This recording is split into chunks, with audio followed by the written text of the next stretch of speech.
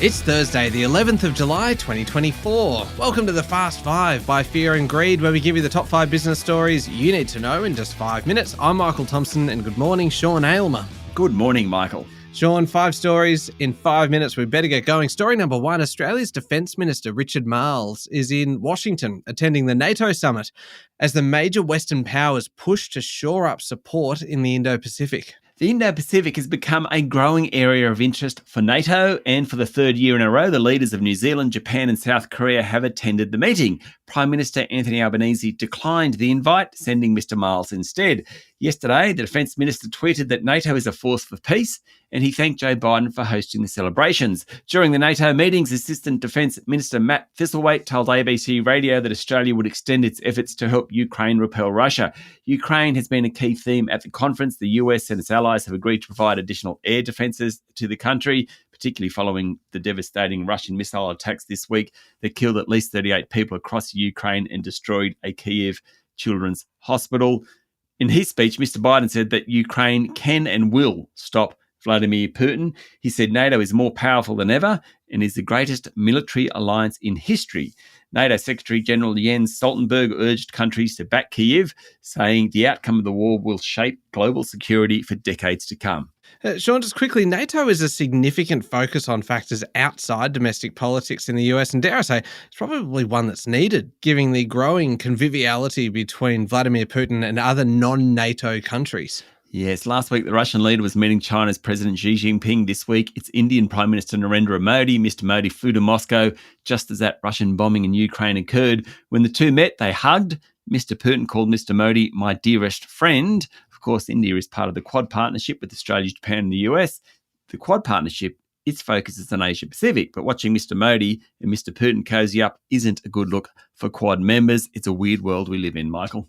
No. Now, story number 2, Sean, a second group of boat people in a week have been intercepted by Australian authorities, provided with modern boats and turned back to Indonesia. Australian authorities provided the 44 people on board with fuel and food, and they were instructed to steer their boats to Indonesia's southernmost island of Roti Nadao. Now, the Roti Nadao police found 44 men, 36 Bangladeshi, 8 Rohingya, washed up at 2 different locations on Monday. The men said they were intercepted by the border force and were detained in their vessel for 18 days, then given the boats, food, water, life jackets, and sent back to Roti Nadao. Last week, 28 foreign nationals and 2 Indonesian boat crews landed on a remote beach in the southern coast of West Java. They'd also been given a new boat by the Australian Border Defence. Roti Nadao police said the Malay-speaking immigrants learned about the possibility of going to Australia through Indonesia via TikTok. Story number 3, New Star Entertainment Chief Executive Steve McCann says the company's casino business might never return to the, quote, glorious boom times it once enjoyed, and the future was likely to be in the gaming giant's restaurants and hotels. In his first interview since taking the job, the former Lendlease boss told the AFR that Star needs to realise that gaming has changed.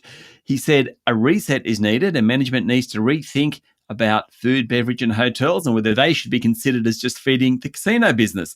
Mr McCann said the revenue base for gaming has been materially impacted and will take a long time to get back to anywhere near it where it was, if it ever does so.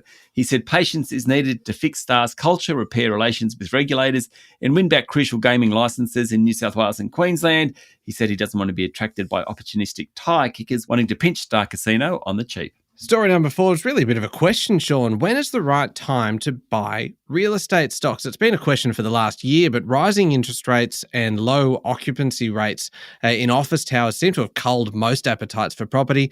Now, a few investors are just taking a look at REITs again. Macquarie Group's equities team says it's time for investors to start thinking about real estate investment trusts and other companies that are less linked to the economy, particularly as they expect other parts of the share market to struggle.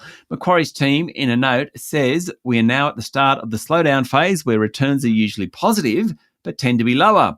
REITs should benefit from lower interest rates, and with the US Fed set to cut later in the year alongside Macquarie's view that local rates won't rise again, it suggests local property plays are becoming more attractive. Macquarie already has Charter Hall and Goodman Group in its model portfolio. It's added Mirvac. Of course, if you're going to invest, make sure you go and get some personal advice. Indeed. Last one, Sean. Story number 5. Samsung Electronics' largest labour union of more than 30,000 workers yesterday declared an indefinite strike, a move that puts at risk production at the world's largest memory chip maker. That's quite a strike. The union's call for a general strike sharply escalates a dispute with South Korea's biggest company. Thousands of workers rallied earlier in the week outside Samsung's chip-making complexes, kickstarting what was originally a 3-day walkout. Now it's indefinite. It's the largest organised labour action in the company's half-century history. The concern is that the action may snowball to hurt the country's recovering tech and chip industry. Now, this could have an impact in Australia. Remember the chip shortages during and after COVID? Meant it was very difficult to buy a new car. This has echoes of the same thing. Yeah, it certainly does. All right, there we go. The top 5 business stories in 5 minutes. Thank you, Sean. Thank you, Michael.